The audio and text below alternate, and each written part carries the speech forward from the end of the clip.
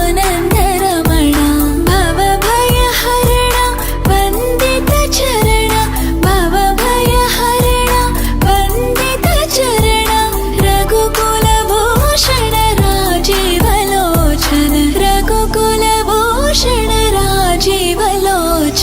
आदिनारायण आनंद शयन आदिनारायण आनंद शयन सच्चिदानंद सत्यनारायण सच्चिदानंद सत्यनारायण आत्माराम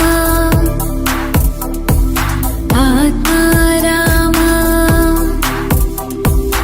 आत्माराम आनन्दरमण अच्युत केशव हरिनारायण अच्युत केशव हरिनारायण आत्माराम आनन्दरमण आत्माराम आनन्दरमण भवभयहरण वन्दित चरण ഇടവമാസം 20-ാം തീയതി തത്തുല്യമായ ഇംഗ്ലീഷ് വർഷം 2024 ആണ്ട് ജൂൺ മാസം 3-ാം തീയതി തിങ്കളാഴ്ച അശ്വ നക്ഷത്രം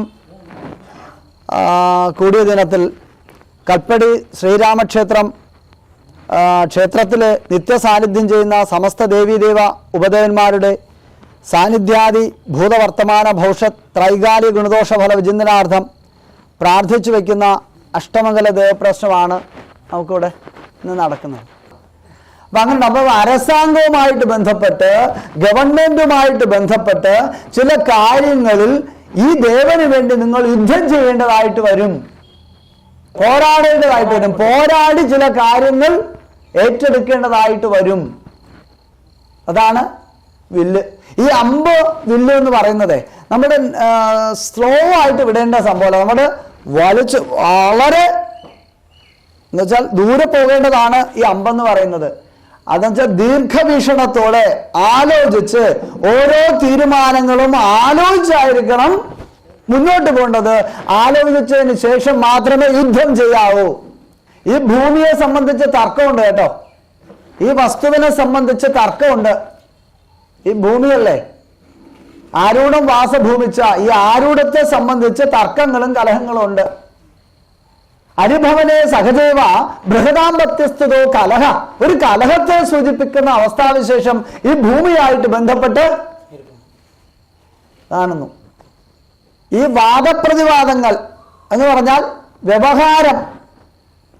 ദേവന്റെ ഭൂമി ഇത്രയല്ല കേട്ടോ, വളരെയധികം ഭൂമിയുണ്ട് എന്നും ആ ഭൂമിയെ സംബന്ധിച്ച് കേസ് വഴക്ക് പ്രശ്നങ്ങൾ ഉണ്ടാകുമെന്നും ആദ്യമേ തന്നെ സൂചിപ്പിക്കുന്നു.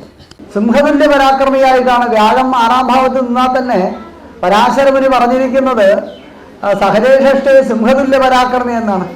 സിംഹത്തിന് തുല്യമായിട്ടുള്ള പരാക്രമത്തോടു കൂടി ഇരിക്കുന്നപ്പോഴാണ് ഭാര്യ നഷ്ടപ്പെട്ട് ലങ്കയിലേക്ക് പോയിട്ട് വീണ്ടെടുക്കുന്നതിന് യുദ്ധം വരുന്ന സന്ദർഭത്തിലാണ് അദ്ദേഹം.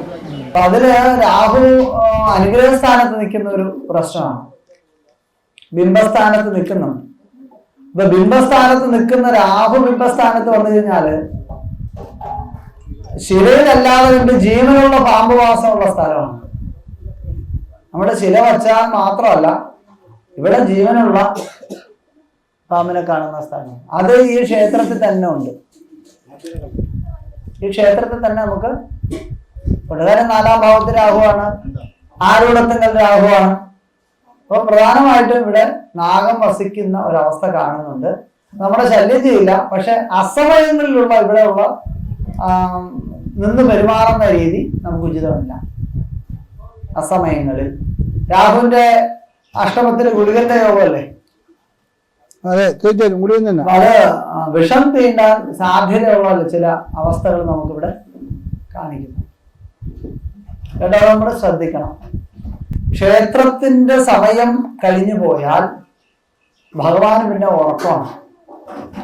പിന്നെ അടുത്ത് ഉണർന്ന സമയത്തല്ലേ മണികൊട്ടി ഉണർത്തിയിട്ടാണ് ഉള്ളിൽ കയറി നിർമ്മാലയൊക്കെ വാരിക്കളഞ്ഞിട്ട് അതിൻ്റെതായിട്ടുള്ള അഭിഷേകാദി കാര്യങ്ങളിലേക്ക് കടന്നുകൊണ്ട് പിന്നെ മുന്നോട്ട് പോകുന്നത്.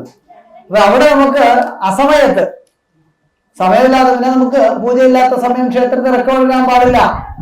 എല്ലാ ക്ഷേത്രത്തിലും റെക്കോർഡിംഗ് ഉണ്ട് അല്ലേ, മയക്കൊന്നും ചലിക്കാൻ പാടില്ല. ആ സമയത്ത് മാത്രമേ നമുക്ക് ഇത്ര മണിക്ക് നട തുറക്കും, ഒരു 5 മണിക്ക് ഇറക്കാണ്ടാം. പക്ഷെ അല്ലാതെ കണ്ട് ക്ഷേത്രത്തിലൊന്നും പാടില്ല എന്നുള്ളതാണ്. അപ്പം നേരത്തെ ഗുരുനാഥൻ പറഞ്ഞതുപോലെ ക്ഷേത്രത്തിൽ ഇലക്ട്രിക്കൽ സംവിധാനങ്ങളൊന്നും പാടില്ല, കൃത്രിമത്തുള്ള കൃത്രിമമായിട്ടുള്ള നിർമ്മിതികളൊന്നും അതിൽ പാടില്ല. ഈ ആരൂഢത്തിന് കർമ്മം കൊണ്ട് പുഷ്ടി പ്രാപിക്കണം, അങ്ങനെയല്ലേ? ഓ, കർമ്മസ്ഥാനം ആരൂഢത്തിന് ബലം നൽകുമെങ്കിൽ ഈ ക്ഷേത്രം നന്നാകേണ്ടത് പ്രവർത്തി കൊണ്ടാണ്. അത് പ്രവർത്തിച്ചെങ്കിൽ മാത്രമേ ഉയർച്ച ഉണ്ടാവുള്ളൂ. ആണ് കേന്ദ്രസ്ഥ ദശാകേതു കരോതി വിഫലക്രിയാം. നിങ്ങൾ എന്ത് തന്നെ കാര്യങ്ങൾ ചെയ്യുന്നു അത് വിഫല ഫലത്തിലല്ലാതായിത്തീരുന്നു.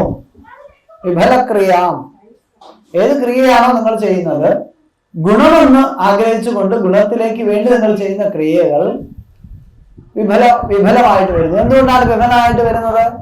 വേണ്ടും കൊണ്ട് എന്താണെന്ന് ആലോചിച്ച് ചെയ്യാത്തത് കൊണ്ടാണ് വിഫലത കാണിക്കുന്നത്.